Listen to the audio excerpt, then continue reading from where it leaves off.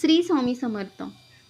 मित्रांनो, कधी शांतपणे बसून विचार केलाय का की तुम्ही रात्रंदिवस रक्ताचं पाणी करता, शरीराची झीज करता, उन्हात पावसात कष्ट करता, तरीही तुमच्या घरात पैसा का टिकत नाही? का दर महिन्याच्या 20 तारखेला तुमचं पाकीट रिकामं होतं? का तुम्हाला स्वतःच्या गरजा बाजूला सारून मुलांच्या फीसाठी किंवा औषधासाठी इतरांसमोर हात पसरावे लागतात? कधीकधी रात्री अंथरुणावर पडल्यावर जेव्हा घरची सगळी माणसं झोपलेली असतात, तेव्हा तुमच्या डोळ्यातून पाणी येतं ना? छातीत धडधडतं ना? माझंच नशीब का असं आहे?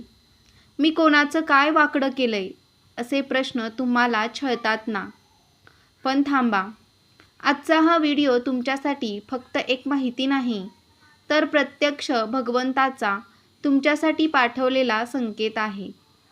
गरुड पुराणात भगवान विष्णूंनी अशा 4 गोष्टी सांगितल्या आहेत, ज्याचा त्याग केल्याशिवाय लक्ष्मी तुमच्या दारात कधीच उभी राहणार नाही. जर तुम्ही या 4 गोष्टी आजच सोडल्या नाहीत, तर लक्षात ठेवा, तुम्ही कितीही कष्ट करा, गरिबी तुमचा पाठलाग सोडणार नाही. हा व्हिडिओ शेवटपर्यंत पहा, कारण आज तुमचं नशीब बदलण्याची पहिली पायरी तुम्ही चढणार आहात. श्री स्वामी समर्थ. कृपादृष्टी या आपल्या आध्यात्मिक चॅनेलवर तुमचे मनापासून स्वागत. आज पुन्हा एकदा तुमच्या जीवनातील अंधार दूर करण्यासाठी आणि तुमच्या घराची भरभराट करण्यासाठी एका अत्यंत पवित्र विषयावर बोलणार आहे. बरेच जण म्हणतात की आमचं कर्ज इतकं वाढलंय की आता जीव द्यावासा वाटतोय. कोणी म्हणतं पती पत्नींमध्ये पैशांवरून रोज भांडणं होतात, घरात लक्ष्मीच नांदत नाही. कुणाची तक्रार असते की स्वामींची सेवा करतो पण मार्गच सापडत नाहीये. या सगळ्या भक्तांना मला एकच सांगायचंय की देव तुम्हाला कधीच विसरत नाही, पण आपण नकळत अशा काही चुका करत असतो ज्यामुळे देवाचे आशीर्वाद आपल्यापर्यंत पोहोचू शकत नाहीत. गरुड पुराण हे केवळ मृत्यूनंतरच्या प्रवासाचं शास्त्र नाही, तर ते जीवन कसं जगावं याचं महान मार्गदर्शन आहे. आज आपण गरुड पुराणातील त्या 4 गुप्त सल्ल्यांबद्दल इतक्या सविस्तरपणे बोलणार आहोत की हे ऐकल्यानंतर तुमच्या डोळ्यातून आनंदाश्रू येतील. हे नियम पाळले तर पैसा स्वतःहून तुमच्याकडे आकर्षित होईल. हा व्हिडिओ शेवटपर्यंत नक्की बघा आणि कमेंटमध्ये ओम नमो भगवते वासुदेवाय लिहायला विसरू नका. चला तर मग व्हिडिओला सुरुवात करूया. मित्रांनो, गरुड पुराणातील पहिला आणि सर्वात मोठा नियम आहे अस्वच्छतेचा त्याग. भगवान विष्णू गरुड देवाला सांगतात, ज्या घरात लोक सूर्योदयानंतरही घोरत पडलेले असतात, जिथे आळसाचे साम्राज्य आहे, तिथे लक्ष्मीचा मोठा शाप असतो. विचार करा, लक्ष्मी ही सौंदर्याची, तेजाची आणि मांगल्याची देवी आहे. तिला दुर्गंधी, जळमट आणि अस्वच्छता आवडेल का? गरुड पुराणानुसार जो माणूस सकाळी उशिरा उठतो, तो निसर्गाच्या सर्वात मोठ्या शक्तीचा म्हणजेच सूर्याचा अपमान करतो. सकाळी ब्रह्ममुहूर्तावर निसर्गातच एक विशेष सकारात्मक ऊर्जा असते. जे लोक या काळात झोपलेले असतात, त्यांचे शरीर आणि मन नकारात्मक ऊर्जेने भरून जाते. तुमचे दात अस्वच्छ असणे, नखे वाढलेली असणे, मळकट कपडे घालणे हे सर्व दरिद्रता ओढवून घेण्याचे मार्ग आहेत. तुम्ही म्हणाल कामात वेळ मिळत नाही, पण लक्षात ठेवा, जर तुम्ही स्वतःला आणि तुमच्या घराला स्वच्छ ठेवू शकत नसाल, तर लक्ष्मी तुमच्या घरात येण्यासाठी जागाच शोधू शकणार नाही. मित्रांनो, कधीकधी आपण म्हणतो की आमचं नशीबच खराब आहे, पण कधी स्वतःच्या सवयींकडे डोळसपणे पाहिलंय का? जेव्हा आपल्या घरी एखादा मोठा पाहुणा येणार असतो, तेव्हा आपण घर कसं चकाचक ठेवतो, सोप्यावरच्या उशा नीट करतो, उंबरा पुसतो, मग ज्या जगज्जननी लक्ष्मीला आपण कायमचं घरात बोलवतोय, तिच्यासाठी आपण स्वतः स्वच्छ नको का? जेव्हा आपण अस्वच्छ राहतो, तेव्हा आपल्या मनातले विचारही दूषित होतात. आजपासून एक संकल्प करा. सलग 40 दिवस तुम्ही सूर्योदयापूर्वी उठणार आहात. उठल्यावर जमिनीला स्पर्श करून धरणी मातेची माफी मागा. दात घासून अंघोळ करून स्वच्छ धुतलेले कपडे घाला. कपडे महागाचे नसले तरी चालतील, पण ते स्वच्छ असावेत. तुमच्या घराचा मुख्य उंबरा रोज सकाळी पाण्याने पुसा आणि त्यावर स्वस्तिक काढा. घरात दर शुक्रवारी गोमूत्र शिंपडा. बघा, केवळ 21 दिवसात तुम्हाला तुमच्या कामात एक वेगळीच प्रसन्नता आणि उत्साह जाणवेल. दुसरी महत्त्वाची गोष्ट म्हणजे कठोर शब्दाचा त्याग. गरुड पुराणात लिहिलंय की जो माणूस दुसऱ्याला शब्दांनी जखमी करतो, त्याच्या जिभेवर सरस्वती कधीच बसत नाही. आणि जिथे सरस्वती नाही, तिथे लक्ष्मी कधीच टिकत नाही. शब्द हे शस्त्रासारखे असतात. मारलेली जखम भरून येते, पण बोललेला शब्द काळजाला आरपार चिरून जातो. गरुड पुराण सांगतं की जो माणूस स्वतःच्या आईवडिलांना उलट बोलतो, पत्नीला तुच्छ लेखतो किंवा गरिबांची चेष्टा करतो, त्याच्या आयुष्यातलं पुण्य संपत जातं. अहंकार हा श्रीमंतीचा सर्वात मोठा शत्रू आहे.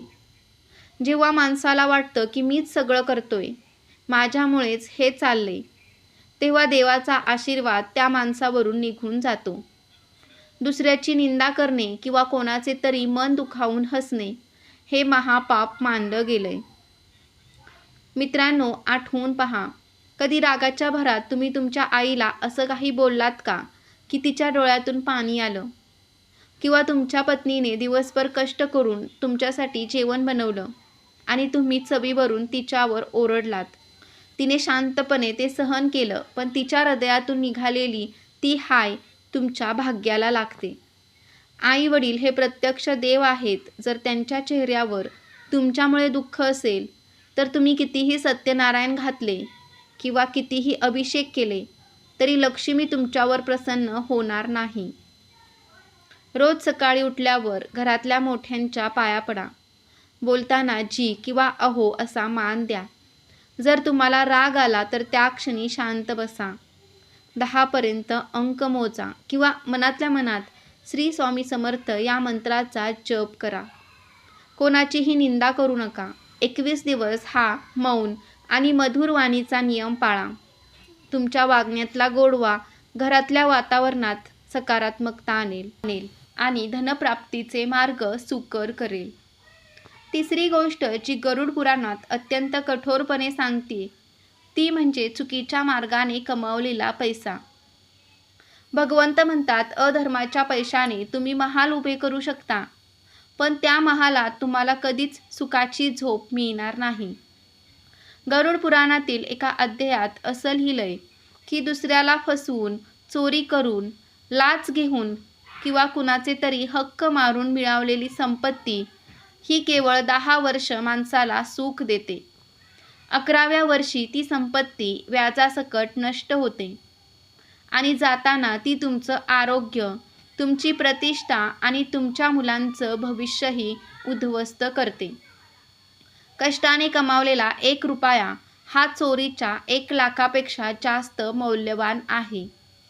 जेव्हा तुम्ही चुकीच्या मार्गाने पैसा कमवता, तेव्हा तुमच्या अन्नामध्ये दोष निर्माण होतो.